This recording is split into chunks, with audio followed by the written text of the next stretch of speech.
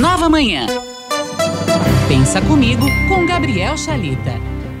Gabriel Chalita, que é escritor, filósofo e professor, e participa conosco aqui no Pensa Comigo. Tudo bem, Chalita? Bom dia. Bom dia, Nonato. Bom dia, Michele. Prazer estar com vocês. Bom dia. Você sabe que o Chalita estava ouvindo a gente aqui, ele até mudou o assunto dele, porque a gente pode voltar a falar, né, Chalita, um pouco mais sobre o Divertidamente, que é um filme demais, e que bom que as pessoas estão indo ao cinema, assistindo. Acho que o Diego fez um bom paralelo aí com a nossa política brasileira. Mas a gente vai falar sobre autismo e inclusão, Chalita. É isso aí. Michele, essa matéria, né, essa indignação que você demonstrou, ouvindo ali algumas pessoas que deveriam dar afeto, né, dar carinho, dar cuidado, dar amor, ter a competência de educar, realmente é revoltante. E eu queria pegar esse tema do autismo e o tema da inclusão. O que é inclusão, né? Isso aqui é uma palavra importante porque as legislações do Brasil e de muitos países do mundo deram saltos essenciais para incluir as pessoas com deficiência nas mesmas salas de aula. Então, houve um tempo, né, em que os pais nem levavam seus filhos com deficiência para a escola, até escondiam seus filhos. Um outro tempo em que se criaram algumas salas especiais para essas crianças, para elas ficarem ali de lado. É melhor ficar ali para não atrapalhar o rendimento dos outros alunos. Hoje, a consciência pedagógica que nós temos, que nós defendemos, que os países mais bem avaliados do mundo em termos educacionais conseguiram desenvolver, é que você colocar as pessoas com deficiência nas mesmas salas de aula, você melhora as pessoas com deficiência e as outras pessoas sem deficiência. Então, os alunos que não têm deficiência, quando eles estudam com alunos com deficiência, eles são alunos melhores, porque eles aprendem a compreender, eles aprendem a trabalhar na diversidade. E aqui tem uma outra coisa bonita, agora falando para os professores. Quando nós, professores, compreendemos uma coisa fundamental, que significa educar na heterogeneidade, a gente melhora a nossa sala de aula. O que é educar na heterogeneidade? É compreender que as pessoas são diferentes, que os alunos são diferentes, que eles têm necessidades diferentes, com ou sem deficiência. Você vai ter alunos que darão mais trabalho, porque os alunos que vão para a escola, eles carregam uma série de problemas familiares. Na mesma sala de aula, você vai ter um aluno com deficiência, você vai ter um aluno que foi espancado em casa, você vai ter um aluno que viu o pai xingando, abusando da mãe ou da irmã. Você vai ter pessoas que carregam muitas cicatrizes dentro de uma mesma sala de aula. E aí, a beleza do nosso ofício, nós que somos professores, é termos essa compreensão do que significa ajudar estas pessoas com as suas dores, com os seus medos, com as suas idiosincrasias, com os seus problemas, a sonharem, a imaginarem que há um mundo a ser descortinado, a ser percebido. É tão bonito quando você olha ali aqueles professores, né, que têm essa dignidade do seu ofício e sabem da importância que eles terão na história de cada um dos seus alunos. Então, nada justifica um professor agredir um aluno, quanto mais um aluno autista, um aluno com alguma deficiência.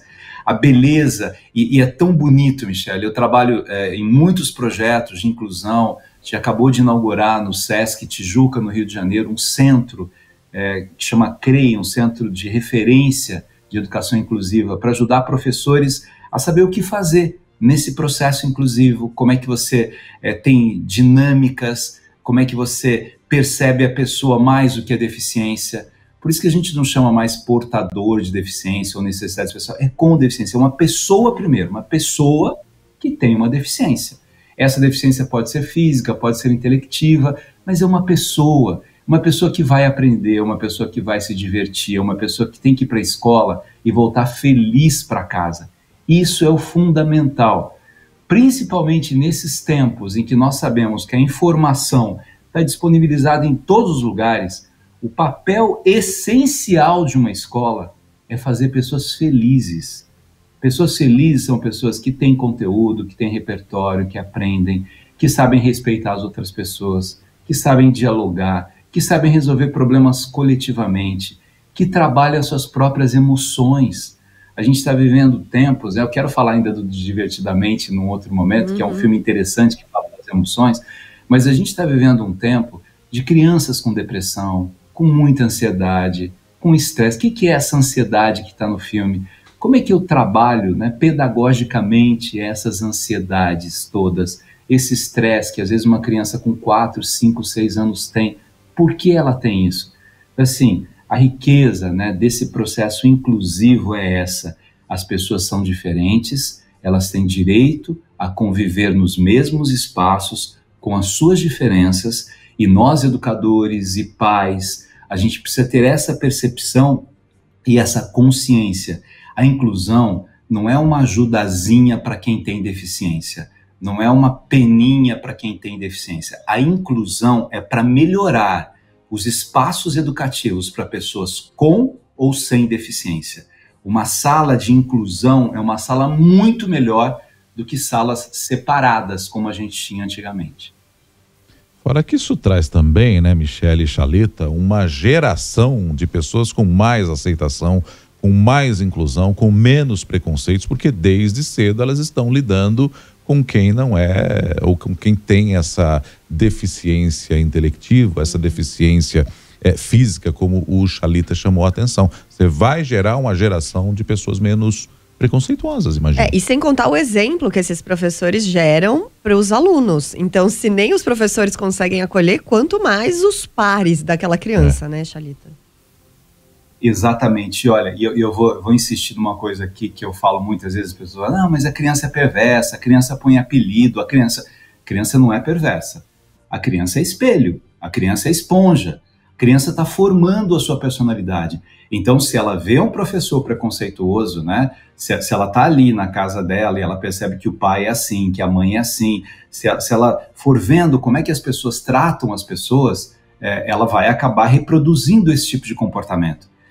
Se ao contrário, se ela vir como é que as pessoas se relacionam, como é que elas se respeitam, como é que é bonito um ajudar o outro, é completamente diferente. E assim, uma escola é esse plantio, é esse broto que a gente vai preparando os amanhãs.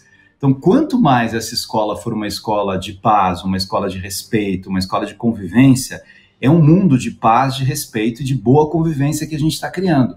Quanto mais preconceituosa for uma escola, quanto mais violenta ela for, é um mundo de violência e de preconceitos que a gente está criando. Muito bem, muito bem. Só rapidinho, Chalita, tem alguma dica prática online aí dessas dicas até para os professores que você falou, um desses cursos que fica disponível na internet, você lembra agora? Não. Porque tem muitos professores falando assim, os professores também precisam de ajuda. Eles precisam aprender de treinamento para também lidar com esse tipo de situação numa rotina que já é tão estressante e tão desvalorizada em alguns casos, não? Olha, lá no CREI, por exemplo, no Rio de Janeiro, a gente está dando uma grande formação para os educadores da rede municipal do Rio de Janeiro, né? Hoje, quase todas as redes estão trabalhando um pouco com essa temática, né? Tem muitos cursos da internet, educação inclusiva, a gente tem um material belíssimo, né? O Canadá foi um dos países que investiu muito nisso, a Finlândia, há um material grandioso, né? Trabalhando com essa temática de como incluir, como desenvolver. Eu sempre dou sugestão, mesmo para as escolas privadas ou públicas, né, em redes públicas, num processo de formação, e as escolas privadas em outro processo, que professor precisa de formação o tempo todo. Há muitos temas surgindo, né? O que um professor faz quando um aluno ele percebe que tem automutilação no aluno? O que ele faz quando percebe que tem bullying na sala dele? O que ele faz para esse processo? Como é que eu vou incluir? Eu preciso de um mediador, que é o nome que a gente utiliza nessa sala de aula.